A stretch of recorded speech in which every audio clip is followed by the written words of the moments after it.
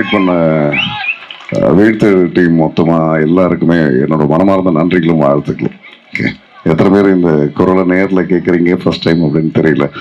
Okay, God's grace and my parents blessing. இதுக்காக தனியாக ப்ராக்டிஸ்லாம் கிடையாது.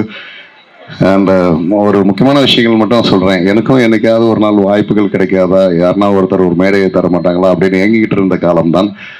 அந்த மாதிரி இருக்கிற நிறைய இளைஞர்களுக்கு ஒரு வாய்ப்பு கொடுக்குற மாதிரியான ஒரு களத்தை அமைச்சு கொடுத்து அதை இத்தனை பேர் ஆடியன்ஸ் உங்கள் முன்னாடி பெர்ஃபார்ம் பண்ணுறதுக்கு ஒரு ஆப்பர்ச்சுனிட்டி கிரியேட் பண்ணி கொடுத்துருக்காங்கன்னா ரியலி கிரேட். ஏன்னா எல்லா கலைஞர்களுக்குமே ஒரு 3 விஷயத்தை தான் இயங்கிட்டு இருப்பாங்க. என்னன்னா அன்புக்காகவும், பாசத்துக்காகவும், பாராட்டுக்காகவும்.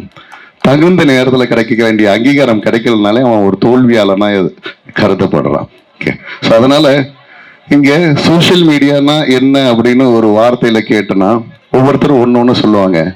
என்ன கேட்டேன்னா வந்துங்களேன், 100 நல்லது இருந்தாலும் முதல்ல தெரிய போகிறது குறைகளாக தான் இருக்கும். ஓகே, அந்த குறைகளை மட்டுமே பார்த்து நம்ம நல்லதை விட்டுருவோம். அதுதான் இன்னைக்கு சோஷியல் மீடியாவோட களமாக மாறிட்டு இருக்கு. ஸோ அதனால நீங்கள் என்னவா இருந்தாலும் உங்களுக்கு இதை பாராட்ட தயாராக இருங்க.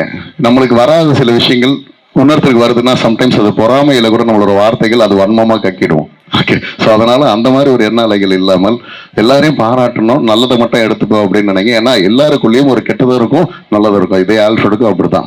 நான் நல்லதும் இருக்கும், கெட்டதும் இருக்கும். நல்லது மட்டும் எடுத்துங்க. நீங்கள் சாப்பிட்ற பழங்கள்ல இருந்து, காய்கறியில இருந்து எல்லாமே அப்படித்தானே. வெளித்தோல் ஒரு கலர்ல இருக்கும், உள்ள இருக்கிறது வேற கலர். உள்ள இருக்கிறது தானே சாப்பிட்டீங்க, ஆனா வெளியே இருக்கிறது தானே பார்த்தீங்க. அது போலதான் நம்மளுக்கு ஒரு நல்லது இருக்கும், கெட்டது இருக்கும். நல்ல குவாலிட்டியை மட்டும் பாருங்க. அதே மாதிரி பிள்ளைகளுக்கு திறமைகள் இருந்தா அந்த திறமைகளின் அடிப்படையில வளர ஆரம்பிக்கல தவிர இங்க பாஸா ஃபெயிலா மார்க்கின் அடிப்படையில யாருக்கிட்டையும் போய் திணிச்சுட்டு இங்கே முட்டை வாங்கிட்டான் இல்லை ஃபெயில் ஆயிட்டான்ட்டு திணிச்சிட்டு இருக்காதிங்க. இங்கே ஒரு கட்டத்துக்கு மேலே 40 வயசுக்கு மேலேயோ இல்லை 35 வயசுக்கு மேலேயோ நீ என்ன படிப்பு படிச்சேன்னு கேட்கறது கூட இங்கே தயாராக இல்லை. 25 வயசுக்கு மேலே வீட்டில் வெட்டியாக இருந்தால் ஏன்டா சும்மா இருக்க, எதனா பண்ண வேண்டியது தானே அப்படின்னு சொல்லுவாங்க. ஓகே, எதனா பண்ண வேண்டியது தானேன்னு சொல்கிறத நீ +2 முடிக்கும் போதே சொல்லியிருந்தா எனக்கு என்ன தேவையோ அதை நான் பண்ணியிருப்பேன். நீ உனக்கு என்ன தேவையோ அந்த காலேஜில் சேர்த்து விட்டதுனால தான் நான் எதுவுமே பண்ணாமல் சும்மா இருக்கிறேன். ஸோ எதனா பண்ணுறது அப்படியே சொல்லி எவனா ஒருத்தர் நம்மளுக்கு அட்வைஸ் கொடுத்து நம்ம வாழ்க்கையை வாழாமலே போயிடுறோம். உங்களுக்கு சிறந்த அட்வைஸ் என்ன தெரியுமா? ஏமா அட்வைஸையும் கேட்காதீங்க. உங்களுக்கு என்ன பிடிச்சிருக்கோ அதை மட்டும் பண்ணுங்க. லைஃப்பில் அப்படிதான். என்னன்னாலும் அப்படிதான். எனக்கு நிறைய பேர் சொல்லுவாங்க.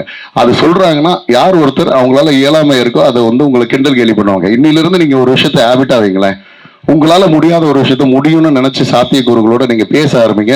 அந்த பேச்சுக்குரிய வார்த்தைகள் உங்களுக்கு என்ன அலைகளா மாறி, அதான் லா ஆஃப் அட்ராக்ஷன். அது ஒரு நாள் நீங்க சொன்ன சொற்கள் ஒரு நாள் செயல்களாகி மாறி அது உங்களுக்கு அடைந்தே தீரும்.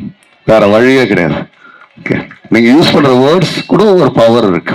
ஓகே, ஸோ முடிக்கிறதுக்கு முன்னாடி நான் வாய்ப்புகளாக தேடிட்டு இருந்த ஒரு காலகட்டம் இருக்கு. இன்னைக்கு நிறைய பேருக்கு வாய்ப்புகள் கொடுத்துருக்கீங்க. இன்னைக்கு எந்தெந்த வாய்ப்புகள் எனக்கு அமைஞ்சிருக்குன்றத நான் சந்தோஷமா உங்ககிட்ட ஷேர் பண்ணிக்கிறேன். ஒரே ஒரு நிமிஷம். என்னன்னா, எனக்கு கலைஞர் நூற்றாண்டு விழாக்கு என்னுடைய குரலில் தான் மாவீரனின் சகாப்தம் அப்படின்னு சொல்லிட்டு கலைஞருடைய ஒரு வாழ்க்கை வரலாறை படிக்க வேண்டிய ஒரு வாய்ப்பு கிடைச்சது. வாய்ப்பு ஓகேவா? ஸோ இதை நான் பெருமையாக சொல்லுவேன். ஏன்னா இந்த ஒரு என்னோட லைஃப் டைமில் இதை ஒரு அச்சீவ்மெண்ட்டாக பார்க்குறேன். ஓகே, அண்ட் நீங்கள் பார்க்குற நிறைய தொலைக்காட்சி தொடர்களுக்கு, நிறைய ப்ரோக்ராமுக்கு என்னோட வாய்ஸ் ஓவரில் தான் அந்த ப்ரோக்ராமோட டைட்டிலையும் அந்த ப்ரோக்ராம் நடுவில் வர இன்று காலை 5:30 மணிக்கு இந்நிகழ்ச்சியை வழங்குவோர். இடைவெளிக்கு பிறகு நிகழ்ச்சிகள் தொடரும். ஓகே, ஜி தமிழ் வழங்கும் சாரிகாமா. ஓகே, டான்ஸ் ஜோடி டான்ஸ். ஸோ இந்த மாதிரியான ப்ரோக்ராம் எல்லாமே என்னோட குரலில் தான் அங்கே ரெக்கார்ட் ஆகிட்டு இருக்கு. ஓகே, ஸோ சந்தோஷமான விஷயங்கள் நிறைய இருக்கு. அண்ட் இப்போ ஒரு 3 படம் முடிச்சிருக்கேன். யோகி பாபு சாரோட ஒரு படம், அவர் ஹீரோ, நான் இல்லை. ஸோ இந்த மாதிரி நம்ம முகர்கிட்ட என்னதான் நல்ல விஷயங்களா பாசிட்டிவா இருந்தாலும் சினிமான்னு வரும்போது இவன் பார்க்கறதுக்கு வில்ல மாதிரி தான் இருக்கா, இவனுக்கு வில்லன் தான் கொடுக்கட்டும். ரியல் லைஃப்ல ஹீரோவா இருந்துட்டு போயிடும்.